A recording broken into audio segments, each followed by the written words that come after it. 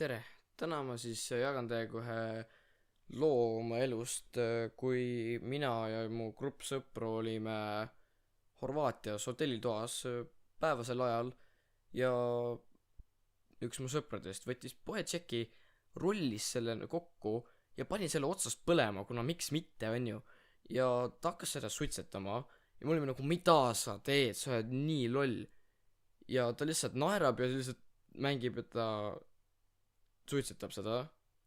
Ja paar momenti hiljem koputas ukse peale meie õpetaja ja me kõik hakkasime paanitsema, kuna lihtsalt see on nii loll olukord, meil on tuba suitsu täis, kärsahais on üleval ja me lihtsalt ei teadnud, mida teha, kuna õpetaja koputas ukse peale. Kui me ukse lahti teeksime, siis ta lihtsalt, me saaksime nii suure karistuse. Minu sõber ikka veel naerab ja lihtsalt hoiab seda tšekki käes ja ta lihtsalt naerab, kuna see tundus tema jaoks nii naljakas ja meie kõik üritame tõsiselt temaga rääkida ja öelda talle, et ära tee, pane see ära ja mida sa teed.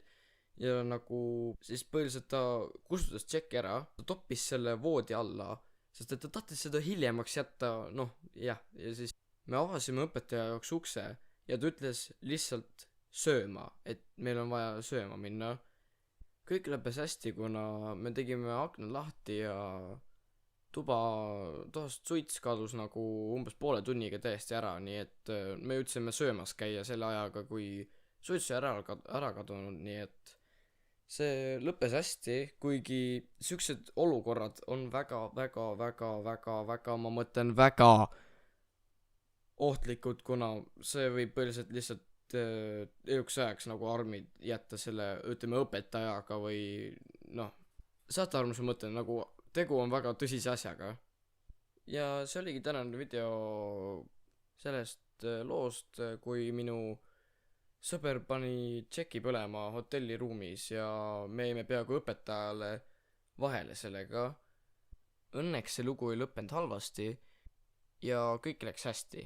Ja head aega, minu sõbrakesed!